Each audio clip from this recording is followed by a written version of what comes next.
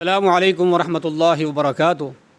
الحمد للہ وحدہ والصلاة والسلام علی من لا نبی بعدہ، اما بعد فاعوذ باللہ من الشیطان الرجیم۔ من عمل صالحا من ذکر او انثی وهو مؤمن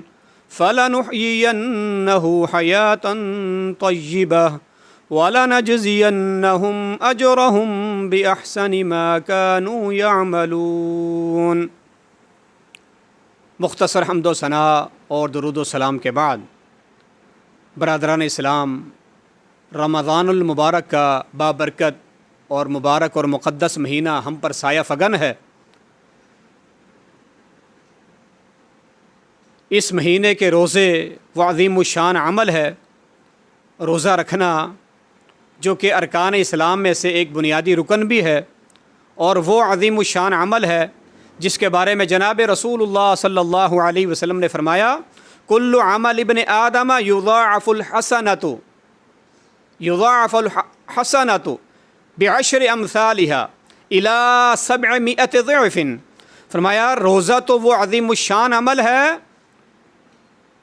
کہ جس کا اجر و ثواب اللہ رب العالمین جانتا ہے۔ باقی ہر عمل انسان کا، ابن آدم کا، اس کا اجر و ثواب 10 گنا سے لے کر 700 گنا تک دے دیا جاتا ہے، لیکن فرمایا الا الصوم فإنہ لی وأنا اجزی بہ۔ کیوں؟ یدع طعامہ وشہوتہ من اجلی، اس لیے کہ انسان فقط اللہ سے ڈر کر، اللہ کی رضا کے لیے، اللہ کی خاطر ہی اپنا کھانا پینا اور جائز خواہشات کو ترک کرتا ہے اور چھوڑتا ہے۔ اس وجہ سے فرمایا اللہ تعالیٰ نے کہ یہ خاص میرے لیے یہ عمل ہے، اس کا اجر بھی میں دوں گا۔ برادران اسلام، اس کے باوجود بھی بعض اوقات ایسا ہے کہ نبی کائنات صلی اللہ علیہ وسلم نے فرمایا، کم من صائم لیس لہ من صیامہ الا الظمأ ولیس لہ من صیامہ الا الجوع کے الفاظ بھی آتے ہیں۔ فرمایا کتنے روزے دار ایسے ہیں، کتنے ہی روزے دار ایسے ہیں جنہیں سوائے بھوک اور پیاس کے کچھ حاصل نہیں ہوتا۔ اللہ اکبر۔ ادھر آپ نے ارشاد فرمایا کہ روزہ وہ عمل ہے جو اللہ کے لیے ہے اور اللہ اس کا اجر دے گا، اور یہاں پر یہ ارشاد فرمایا کہ کچھ روزے دار ایسے ہیں، بلکہ زیادہ تر روزے دار ایسے ہیں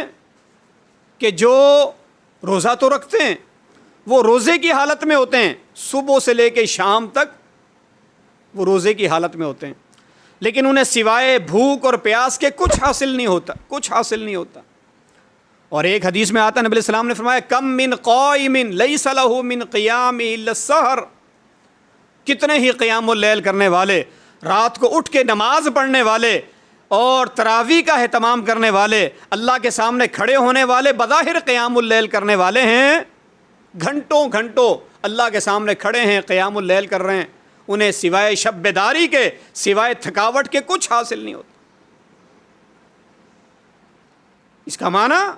کہ روزہ رکھ کر بھی بعض اوقات انسان اجر سے محروم ہو سکتا ہے، نیکی سے، خیر سے، اس کے ثمرات اور نتائج سے انسان محروم ہو سکتا ہے۔ تو آخر وہ کیا چیز ہے، کیا معاملہ ہے جو انسان کو اس کے اجر سے محروم کر دے؟ جبکہ اللہ تعالیٰ کا وعدہ یہ ہے، من عمل صالحا منکم من ذکر او انثی، جو بھی تم میں سے مرد ہو یا عورت، جو بھی مرد ہو یا عورت عمل صالح کرے گا، فرمایا کہ فلنحیینہ حیاۃ طیبہ، ہم اس کو ایک پاکیزہ زندگی عطا فرمائیں گے، ولنجزینہم اجرہم باحسن ما كانوا یعملون، اور ہم ان کے اعمال کا ان کو بہترین اجر و ثواب عطا کریں گے۔ اللہ تعالیٰ کا وعدہ ہے اجر کا، اور یہاں پر اجر سے محروم کیوں ہوا جا رہا ہے؟ میرے بھائیوں، غور کرنے کی بات یہ ہے، اس کی وجہ یہ بھی ہو سکتی ہے کہ انہوں نے عمل تو کیا ہے لیکن اخلاص کا فقدان ہے، اخلاص نہ ہونے کے برابر ہے، یا ریاکاری ہے، دکھلاوا ہے، نمود و نمائش ہے، اخلاص کی کمی ہے۔ جبکہ حکم یہ، وَمَا أُمِرُوا إِلَّا لِيَعْبُدُوا اللَّهَ وَمَا أُمِرُوا إِلَّا لِيَعْبُدُوا اللَّهَ مُخْلِصِينَ لَهُ الدِّينَ۔ اخلاص کے فقدان کی وجہ سے، ریاکاری اور شہرت اور دکھلاوے کی وجہ سے انسان اس روزے کے اجر سے محروم ہو سکتا ہے۔ دوسرا جو معاملہ ہے جو اجر سے محروم کر سکتا ہے وہ ہے احتساب فی العمل نہ ہونا، یعنی عمل تو ہے لیکن اس میں نیکی کا جذبہ نہیں ہے، نیکی کی نیت نہیں ہے، جبکہ نیکی کے لیے شرط یہ ہے کہ اس میں اجر و ثواب کی نیت ہو۔ رسول اللہ صلی اللہ علیہ وسلم نے کیا ارشاد فرمایا؟ من صام رمضان ایمانا و احتسابا، یہ احتساب یعنی نیکی کی امید، اجر و ثواب کی امید کہ اللہ تعالیٰ سے اس کا میں نے اجر و ثواب لینا ہے، یہ ایک شرط ہے، ایک لازم چیز ہے۔ تو اگر انسان کے پاس عمل ہو، احتساب نہ ہو، احتساب شرط ہے، تو بھی انسان جو ہے وہ گویا اجر سے اور روزے کے اس ثواب سے محروم ہو سکتا ہے۔ تیسرا معاملہ روزے کے ثواب سے محروم کر دینے والا وہ ہے کہ انسان عمل بھی کر رہا ہے، روزہ بھی رکھ رہا ہے، قیام اللیل بھی کر رہا ہے اور دیگر اعمال کو بجا لا رہا ہے، لیکن حرام سے اجتناب نہیں کرتا، حرام سے پرہیز نہیں کرتا، اس کی آمدنی حرام ہے، اس کی کمائی حرام ہے۔ سیدنا ابو ہریرہ رضی اللہ عنہ کی حدیث ہے، نبی علیہ السلام نے ایک شخص کا ذکر فرمایا، رجل یطیل السفر اشعث اغبر یمد یدیہ الی السماء ویقول یا ربی یا ربی ومطعم حرام ومشرب حرام وملبس حرام وغذی بالحرام فأنا یستجاب لذلک۔ بڑی مشہور حدیث ہے، قبولیت کے سارے عوامل موجود ہیں، یا ربی کہنا بھی قبولیت کی علامت ہے، اور پراگندہ حال بھی اللہ کو انسان بڑا پسند آتا ہے، اور یہ سفر بھی بڑا مبارک اور عظیم سفر ہے۔ گویا قبولیت کے سارے تقاضے پورے ہو رہے ہیں، سارے عوامل نظر آ رہے ہیں، لیکن ایک علت، ایک وجہ ہے جو قبولیت میں مانع اور رکاوٹ بن گئی، وہ ہے اس کا حرام کا ارتکاب کرنا، حرام کی آمدنی، حرام کے وسائل، حرام کے معاملات، حرام کی کمائی۔ اللہ اکبر، فرمایا کوئی فائدہ نہیں، اس کی یہ عبادت، اس کی یہ دعائیں، اس کے اعمال کیسے قبول ہو سکتے ہیں؟ تو یہ اجر و ثواب سے محروم کر دینے والی چیز ہے، وہ انسان کے لیے وہ ہے لقمہ حرام۔ ایک اور عمل ہے، ایک اور معاملہ ہے قطع رحمی، رشتہ داری کو توڑنا، آپس کی ناراضگیاں، آپس کی دوریاں، بھائی بھائی سے ناراض ہے، دوست دوست سے ناراض ہے، رشتہ داروں میں انبن ہوئی ہے، پھوٹ پڑی ہوئی ہے، ایک دوسرے سے ملنا اور ایک دوسرے کو دیکھنا گوارا نہیں، یہ رشتہ داری کا توڑنا جسے قطع رحمی کہتے ہیں، قطع تعلقی کہتے ہیں، یہ بھی ایک خطرناک معاملہ ہے جو انسان کے اعمال کی قبولیت میں رکاوٹ ہے۔ نبی علیہ الصلوۃ والسلام نے فرمایا تفتح ابواب الجنت یوم الاثنین و یوم الخمیس، فرمایا ہر پیر کے دن اور ہر جمعرات کے دن جنت کے دروازے کھول دیے جاتے ہیں، فیغفر لکل عبد لا یشرک باللہ شیئا، پھر اللہ تعالیٰ ہر مومن کے اعمال کو قبول کرتے ہوئے اللہ تعالیٰ اسے بخش دیتا ہے۔ پیر کے دن بھی جنت کے دروازے کھلتے ہیں، اس کے اعمال قبول کیے جاتے ہیں، جمعرات کے دن بھی سوائے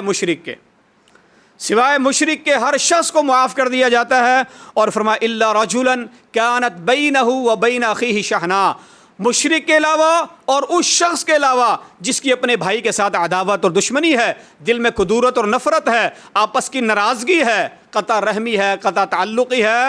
اللہ تعالیٰ کی طرف سے کیا فرمایا؟ حکم ملتا ہے انذروا، فرشتوں ان دونوں کو مہلت دو، انذروا ہذین، دونوں کو روک دو، دونوں کا معاملہ موقوف کر دو، ان کے عمل کو انہی تک رہنے دو، قبولیت کے درجے پہ فائز نہیں ہو رہے،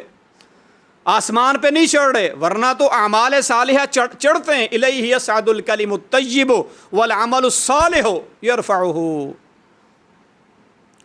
لیکن یہاں پر کیا ہے؟ انذروا ہذین حتی یصطلحا، جب تک یہ دونوں صلح نہیں کر لیتے، صلہ رحمی سے پیش نہیں آتے، آپس میں محبت اور اخوت کا رشتہ قائم نہیں کر لیتے، اس وقت تک ان کے معاملے کو روک دو۔ تو یہ بھی پتہ چلتا ہے کہ قطع رحمی قبولیت عمل میں رکاوٹ ہے اور روزے کے اجر سے اور ثواب سے محروم کر سکتا ہے۔